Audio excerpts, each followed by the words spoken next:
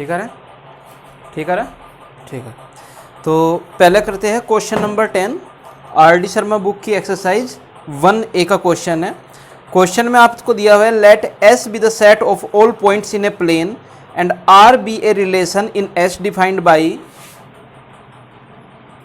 R is equal to collection of ordered pairs in the form of a comma b and distance between a b is less than 2। ठीक है, तो हमें बताना है कि यार रिफ्लेक्सिव है, सिमेट्रिक है, बट ट्रांजिटिव नहीं है। ठीक है, तो सबसे पहले रिफ्लेक्सिव से शुरुआत करते हैं।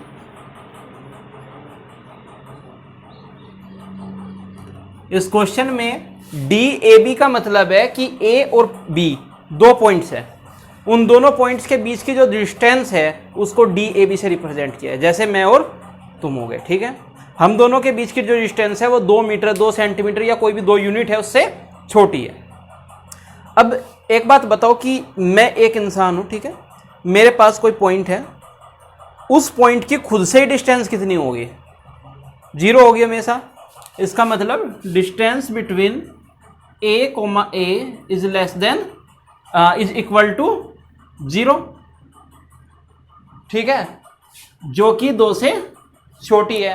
इसका मतलब हम कह सकते हैं कि ए से रिलेटेड है, और अगर ए से रिलेटेड है तो इसका मतलब हमारा जो रिलेशन है वो रिफ्लेक्सिव है। सिमेट्रिक, सिमेट्रिक में क्या है? दो पॉइंट्स के बीच की डिस्टेंस 2 से छोटी है, तो ये तो मैं ए से बी के बीच की माप लूं या बी से ए के बीच की माप लूं, वो तो हमेशा 2 से छोटी ही रहेगी। अगर मैं कंसीडर करके चलूं कि ए रिलेटेड टू बी है, it implies that distance between a comma b is less than 2। It can be written as distance between b comma a is also less than 2। It implies that b is related to a. Next है हमारा क्या?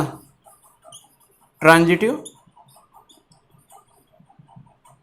Transitive में मेरे पास क्या होना चाहिए? A related to B and B is related to सी।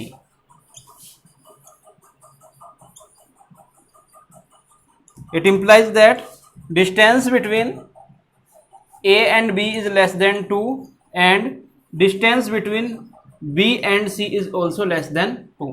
ऐसे लगा ले जैसे यहां से दिल्ली के बीच की डिस्टेंस में 50 किलोमीटर है और दिल्ली से जयपुर की डिस्टेंस 200 किलोमीटर है।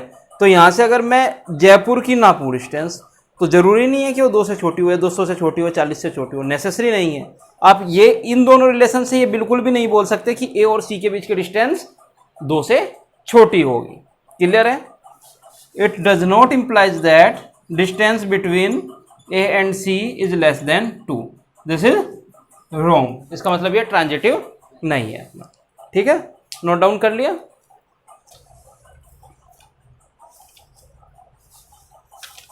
और कौन सा क्वेश्चन था? एक एग्जाम्पल था आपका, है ना?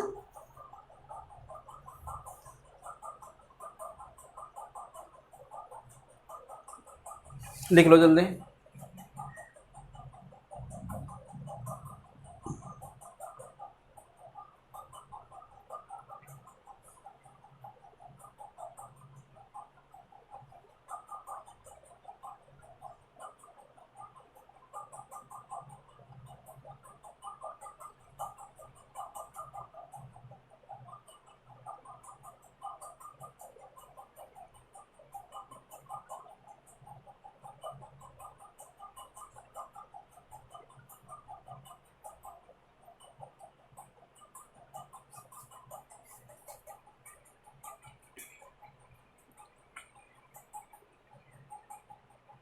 कोई प्रॉब्लम है इसमें पूछने में भाई?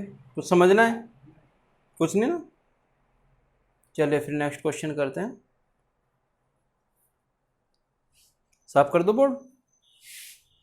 नेक्स्ट क्वेश्चन में हमें बोला है इफ R1 एंड R2 दो रिलेशन दिए हुए, एक रिलेशन है R1 और एक रिलेशन है R2। ठीक है, और दोनों के दोनों ही हमारे कैसे रिलेशन है? इक्विवेलेंस रिलेशन है।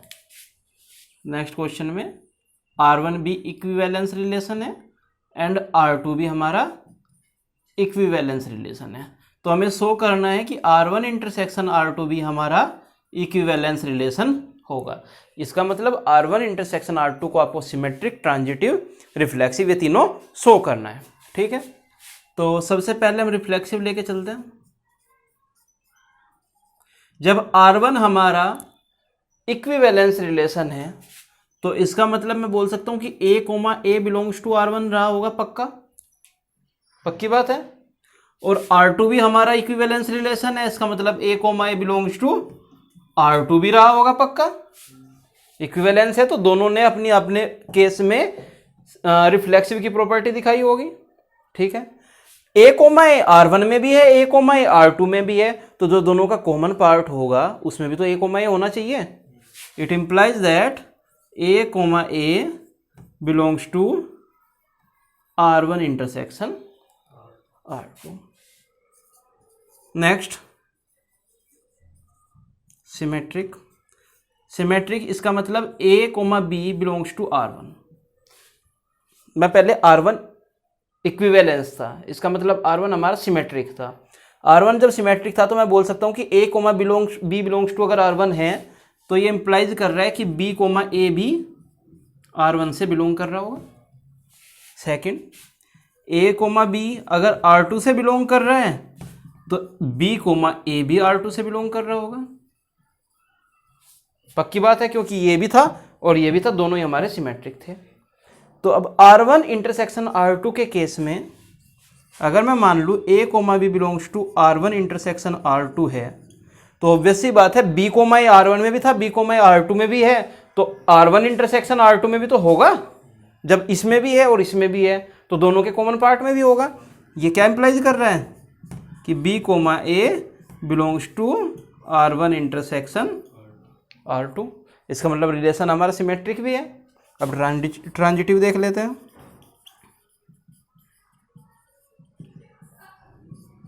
A B and B C belongs to R1, यानी कि हम कह सकते हैं कि A रिलेटेड टू B है and B related to C है।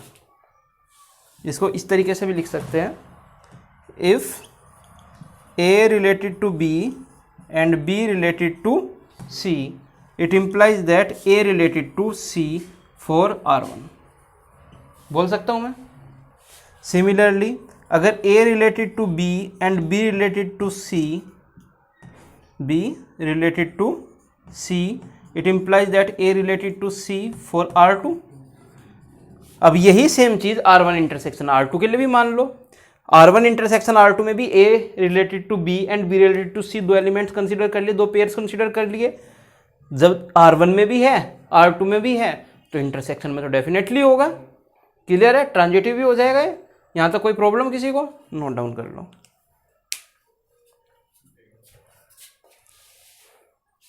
अब तो हम फंक्शन पे आ गए थे ना, ठीक है। फंक्शन पे कितना पढ़ा दिया था? 1 फंक्शन हो गया था।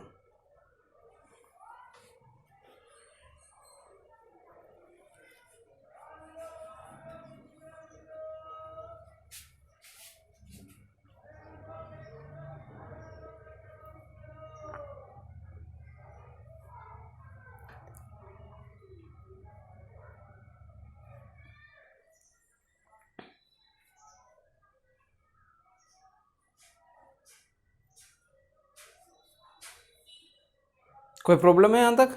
कुछ पूछना है गोलू?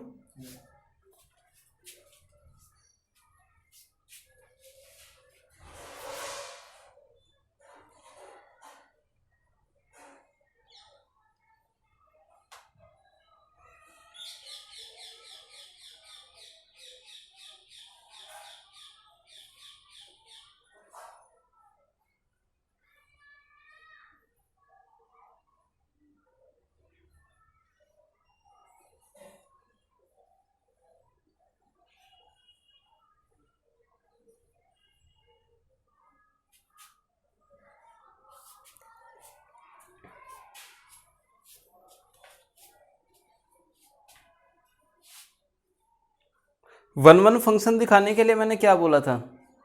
अगर कोई फंक्शन है उसे 1 दिखाना है, अगर दो एलिमेंट हम इक्वल ले रहे हैं तो उनकी इमेजेस भी इक्वल आनी चाहिए। या फिर अगर मैं उस फंक्शन का ग्राफ ड्रॉ कर सकूं, ग्राफ ड्रॉ करने के बाद एक्स एक्सिस के पैरेलल में कोई लाइन ड्रॉ करता हूं और अगर वो लाइन ग्राफ को एक से ज़्यादा पॉइंट्स पे कट करती है तो इसका मतलब फंक्शन आपका वन वन नहीं है। फंक्शन कैसा है उस टाइम पे? Many one. ठीक है, आज हम पढ़ेंगे ऑन टू फंक्शन। हेडिंग डाल लो, ऑन टू और सर्जेक्टिव फंक्शन।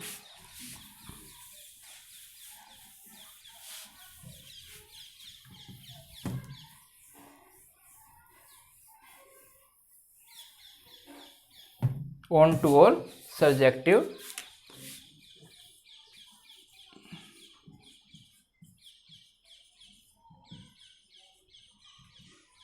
इस फंक्शन की जो खासियत है वो क्या है? हम किसी ऐसी कंट्री, ऐसी रीजन या ऐसे क्षेत्र की बात कर रहे हैं जहाँ पे सपोज करो वही ये गर्ल्स है, ये बॉयज़ है। ठीक है, और ये हमें पता है अगर इस तरफ 5 लड़कियां हैं, अरे यार ये माय दूसरा मार्कर नहीं है इधर कहीं, अपने पास A1 A2 A3 A4 A5 B1 B2 B3 B4 B5। ठीक है, अपने कहने का क्या मतलब है कि मैचिंग इस तरीके से होनी चाहिए कि इधर, अब तक तो इधर कुछ खाली नहीं था तो इधर तो खाली छूटना ही छूटना नहीं है, पर इधर भी कोई खाली नहीं रहना है। ठीक है, तो ऑन टू फंक्शन होने के लिए पहली चीज क्या होनी चाहिए अपने दिमाग में? इधर कोई खाली नहीं होना है। इधर खाली नहीं होने का मतलब है कि इस तरफ जो नंबर ऑफ एलिमेंट्स है वो कभी भी इस तरफ के नंबर ऑफ एलिमेंट्स से ज्यादा नहीं हो सकते, या तो बराबर हो सकते हैं या कम हो सकते हैं। कम हो गए तो अच्छी बात है, ये ऐसे मैचिंग हो गई। ठीक है, बराबर हो गए तो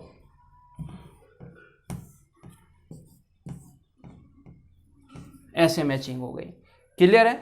नंबर ऑफ एलिमेंट्स अगर इस तरफ कभी भी ज्यादा हुए तो आप क्या कह सकते हो कि फंक्शन ऑन टू नहीं है। तो जो ये सेट होता था बी, इस सेट बी को हम क्या बोलते थे? कोडोमेन। सेट बी को हम क्या बोलते थे? और रेंज क्या होती थी? मैच रेंज डोमेन होती थी। रेंज क्या होती थी कि इस तरफ के एलिमेंट्स की जो मैचिंग होने के बाद जो हमारे कलेक्शन आता था उन एलिमेंट्स के कलेक्शन को हम बोलते थे रेंज। जब इस तरफ कोई एलिमेंट खाली छूटना ही नहीं है, इस तरफ सारे एलिमेंट्स मैच होने हैं, इसका मतलब रेंज और कोडोमेन हम आपस में क्या कह सकते हैं? इक्वल होनी चाहिए। तो अगर आपको कोई फंक्शन ऑन टू दिखाना है तो इसका मतलब आपको क्या दिखाना पड़ेगा कि फंक्शन की रेंज और फंक्शन की कोडोमेन आपस में कैसी है? इक्वल है। क्लियर बात है? कोई प्रॉब्लम? एक क्वेश्चन लिखो, क्वेश्चन लिखो। Let n be the set of all natural numbers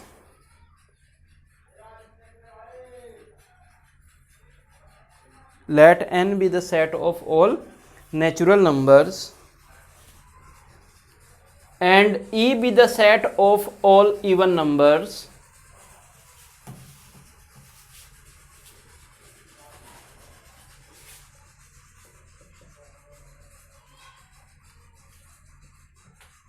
and we have a function from n to e such that fx is equal to 2x for every x belongs to set of natural numbers।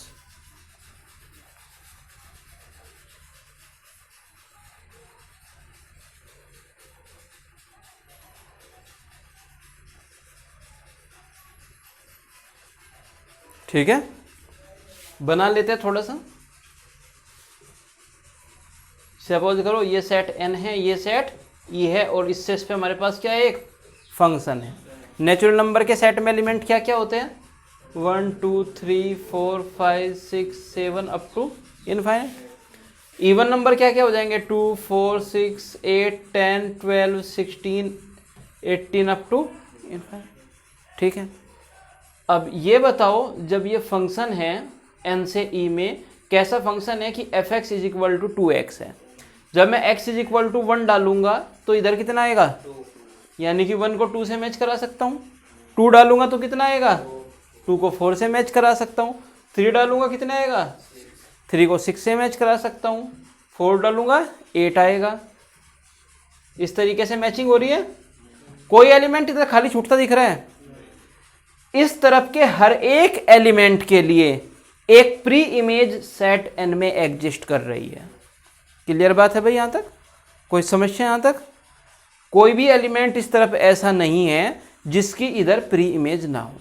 ठीक है, हम suppose कर लेते हैं, suppose y belongs to set of even numbers. ठीक है, for every y belongs to set of even numbers, there exists y divided by 2 belongs to natural numbers such that f of y divided by 2 is equal to y। y क्या था, इस set का कोई भी number था। इस set का आप कोई भी नंबर उठा लो, उस नंबर के लिए सपोज अगर आपने 10 उठाया, 10 के लिए 10 डिवाइड बाई 2 इस सेट में एग्जिस्ट कर रहा है, यानी कि 5 एग्जिस्ट कर रहा है, जिसके लिए 5 10 से मैच हो रहा है। इसका मतलब फंक्शन कैसा है हमारा, ऑन टू है। ये चीज अगर हम ये ऐसे हम अगर हर एलिमेंट के लिए एक प्री इमेज ढूंढ दे तो हम बोल देते हैं कि फंक्शन हमारा ऑन टू है। It implies that f is onto. तो आप पेपर में चाहे ऐसे लिख के कर लो, चाहे ग्राफिकली दिखा लो, कोई फर्क नहीं पड़ना है। ठीक है, नोट डाउन करो।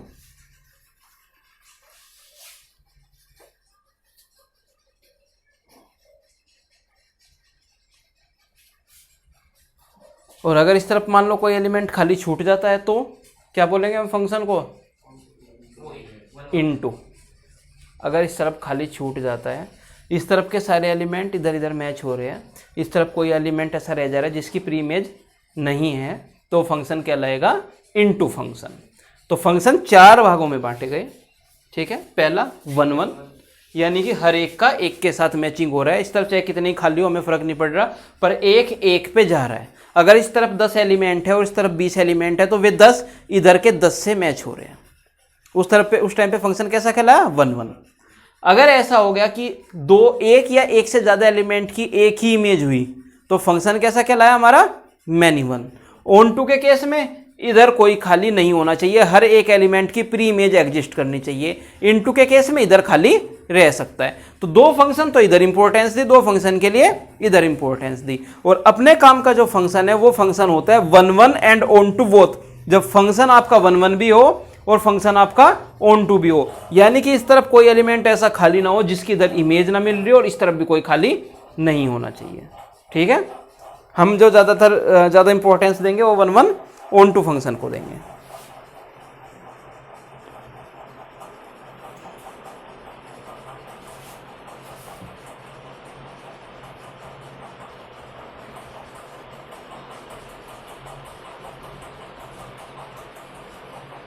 लिख लिया भाई यहां तक, जल्दी लिख लो।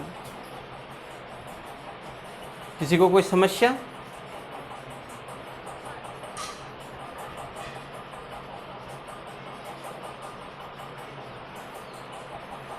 हो गया ना?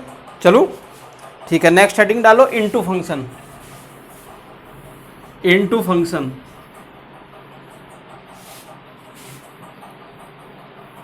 उसमें लिखो if there exists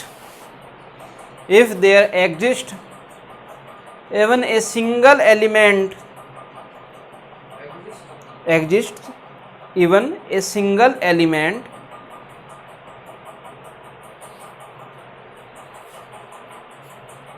in set B having no pre-image in set A,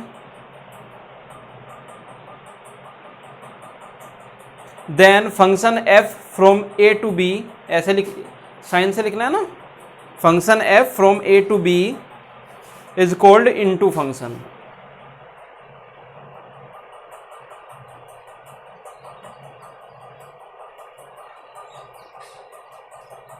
लिख लिया?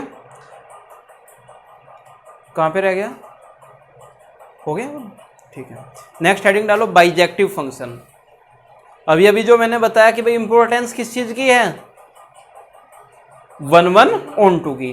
तो अगर ये दोनों फंक्शन हो जाए, 1 1 भी हो जाए फंक्शन और ऑन टू भी हो जाए, तो उसे हम बोल देते हैं बाइजेक्टिव फंक्शन। हेडिंग डालो बाइजेक्टिव फंक्शन, उसमें लिखो if a function is 1 1 and onto, if a function is 1 1 and on to, then function f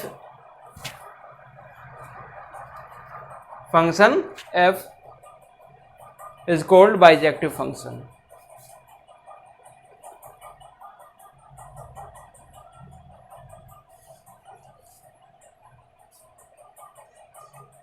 next heading डालो constant function.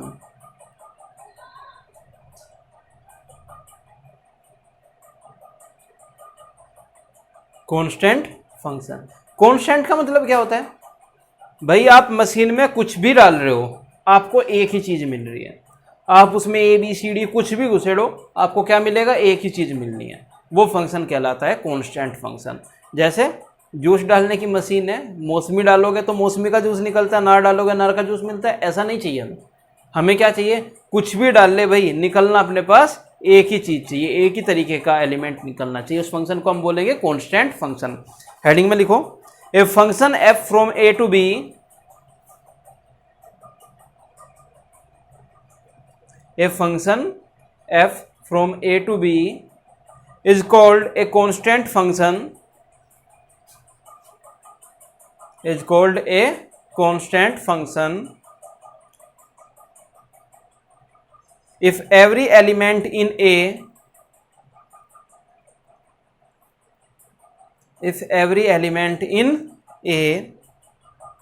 has the same image in B,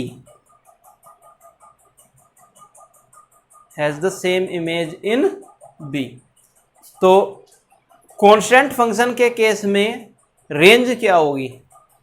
ये बताओ, सिर्फ range में कितने element होंगे? यहां पे समझो बोर्ड पे, सेट ए था जिसमें A1 A2 A3 up to AN element थे। सेट बी था जिसमें B1 B2 B3 up to BM element थे। एक फंक्शन f था फ्रॉम A टू B, और इन सब एलिमेंट्स की जो इमेज है वो क्या है?